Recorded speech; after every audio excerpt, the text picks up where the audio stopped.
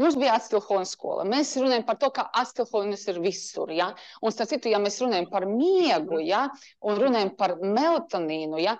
Melatonīns tieša veida arī miedarbojas ar acetilholīnu. Acetilholīns ir tas, atcerieties, mēs kādreiz runājam, kas REM fāze ļoti svarīgs, ja nav pietiekoši daudzuma acetilholīna, ja?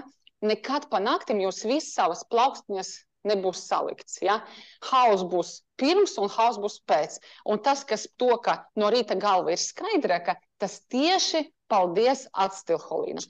Bet visi neiromediātori, melatonīns, acetilholīns, tur GABA, glutam, viss ir saistīts. Un tas pats, kā mēs šobrīd šeit, jā, mēs visi neiromediātori, saprotat, ja mēs visi esam draudzīgi, tad viss šeit ir ok. Ja? Un varat iedomāties, es jums tagad brukšu jums virsū, va?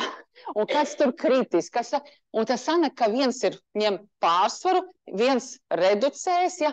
Un tā tas deviācijas rodas, gan miega traucē, nekur nav vainīgs viens neirotransmiters. Viens samazinās, otrs uzreiz uz augšu, un tāpēc, piemēram, Alzheimers, acetilholīns uz leju, melatonīns miedarbojas, bet nepietiekoši, tāpēc es saku, ka tas līdzsvars mēs tikai pēc sūdzībām no pacienta sajūtam, kurš neirotransmiters ar mums runa.